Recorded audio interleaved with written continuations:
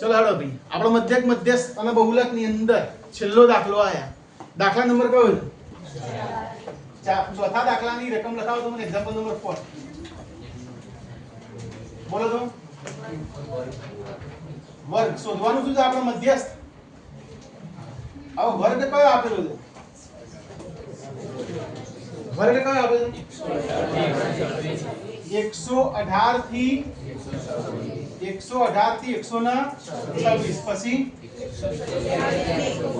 127 થી હવે અહીંયા જો તો 2 મિનિટ. હવે આ દાખલો કેવી રીતના ગણાશે કે પહેલા વર્ગની ઉર્ધ્વ સીમા જ્યાં ખતમ થાય છે ત્યાં બીજા વર્ગની અધઃ સીમા સ્ટાર્ટ થતી નહીં. મતલબ અત્યાર સુધીના બધા દાખલામાં આપણે કેવું હોય તો પહેલા વર્ગની ઉર્ધ્વ સીમા જો ખતમ થતી હોય એ જ ઉર્ધ્વ સીમા બીજા વર્ગની અધઃ સીમાથી સ્ટાર્ટ થાય. મતલબ અહીંયા 126 હતો, અહીંયા કેટલા હોવા જોઈએ? 126. પણ આ દાખલામાં એવું નથી. તો કોક આપણે અલગ કરવાનું હોય અને અલગ શું છે તો યાદ રાખજો, આ જે હતા ને અધઃ સીમા કહેવાય. આ જે હતી એ શું કહેવાય? અધઃ સીમા. અને આ જે છે એને કહેવાય ઉર્ધ્વ સીમા. હવે આ ટાઈપના તમારા દાખલા આવીને તો તમારે કરવાનું શું? અધઃ સીમામાંથી 0.5 બાદ કરવાનું. દરેકે દરેક અધઃ સીમા અને ઉર્ધ્વ સીમામાં 0.5 ઉમેરવાના. 0.5 શું કરવાના? ઉમેરવાના. અને પછી વર્ગ લખવાનો. આટલું અલગ છે, બરોબર ને?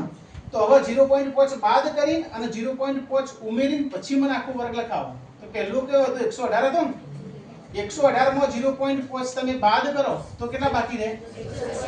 તો પહેલો વર્ગ થાય 117.5 અને બીજો વર્ગ એમાં 0.5 આપણે ઉમેરવાના છે તો 126 રાઈટ. બીજો વર્ગ, બીજા વર્ગમાં શું હતું? 126 હતા, 127 હતા. 127 માં 0.5 બાદ કરો તો કેટલો રહે? 126.5. જોઈ લો બંને સરખા થઈ ગયા. અને આ બાજુ હવે તમે મને લખાવી રીતના ખબર પડી ગઈ. અધઃ સીમા અને ઉર્ધ્વ સીમામાં 0.5 અધઃ સીમામાંથી બાદ કરવાના, ઉર્ધ્વ સીમામાં 0.5 ઉમેરવાના અને એ ઉમેરીને અને બાદ કરીને ડાયરેક્ટ ઓકળો લખાવવાનો. અહીંયા કેટલા આવશે?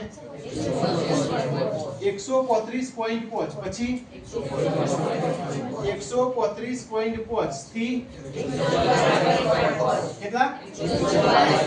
144.5. 144.5 થી 153.5 પછી 153.5 થી 162.5 પછી 162.5 થી 171.5 પૂરું. 171.5 થી 189.80. ચલો એ 180.5 થઈ ગયું કે બાકી છે? ચલો આ આપણે એક વર્ગ લખી દીધો, રાઈટ.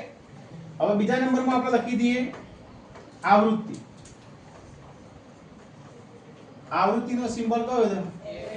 F. આવૃત્તિ લખાવો તો 3 5 9 12 5 4 2. કેટલા આપેલા? n બરાબર આપેલું છે ને? n બરાબર કેટલા? 40. તો એ આ n થઈ ગયો આપણે. હવે ત્રીજા નંબરનો કોઠો કયો હતો આપણો? સંચયી આવૃત્તિ, રાઈટ.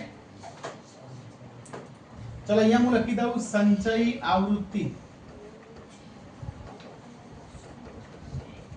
CF. કઈ રીતે લખાય? તો પહેલું અવલોકન એમના એમ 3 ના 3. બીજું અવલોકન 3 + 5 કેટલા થાય?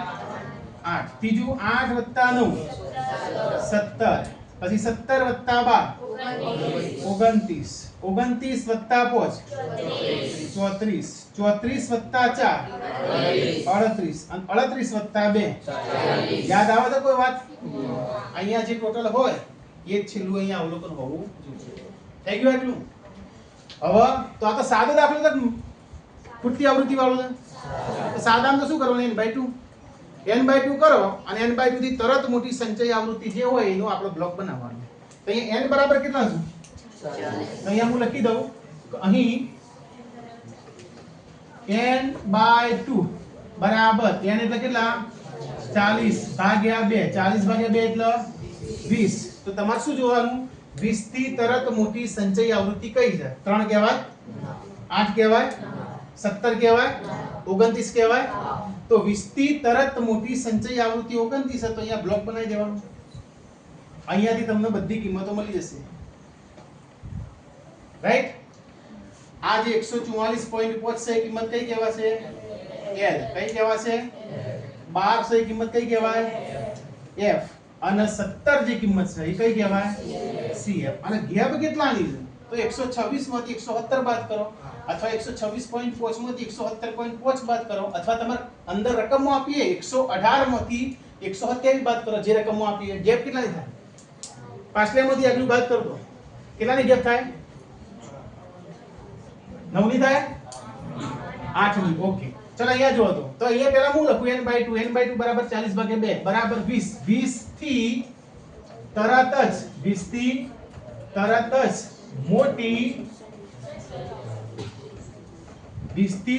જ મોટી સંચય આવૃત્તિ કઈ છે 29 છે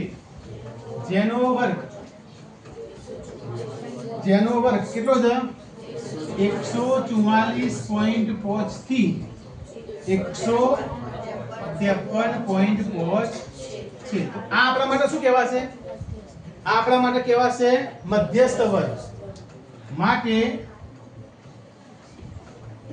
મધ્યસ્થ વર્ગ બરાબર 144.5 થી 153.5 કમ્પ્લીટ હવે બધી કિંમત આપણે લખી દઈએ L ની કિંમત કેટલી ચલો L બરાબર કેટલા 144.5 F બરાબર કેટલા F બરાબર 12 CF ની કિંમત થશે 17 અને H બરાબર કેટલા 9 H બરાબર 9 ક્લિયર ચલો હવે મધ્યસ્થ શોધી આપણે તો હવે મધ્યસ્થ m બરાબર સૂત્ર કયું છે L plus n/2 minus CF upon F ગુણ્યા કિંમત મુકાવો તો L ની કિંમત 144.5 પ્લસ n/2 તો n/2 ની કિંમત આજે કહેવાય કેટલી 20 માઈનસ CF ની કિંમત કહેવાશે 17 ભાગ્યા F ની કિંમત કહેવાશે 12 અને અહીંયા H ની કિંમત થશે 9 ચલો ઉડાડીએ 12 એટલે 4 તરી 12 અને 9 એટલે 3 તરી 9 3 3 ઉડી જાય અહીંયા 144.5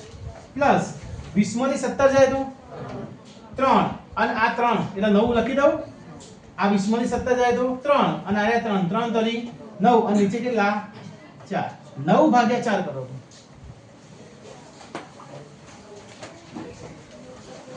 9 ભાગ્યા 4 કેટલો આવો 9 ભાગ્યા 4 2 પોઈન્ટ તો અહીંયા જુઓ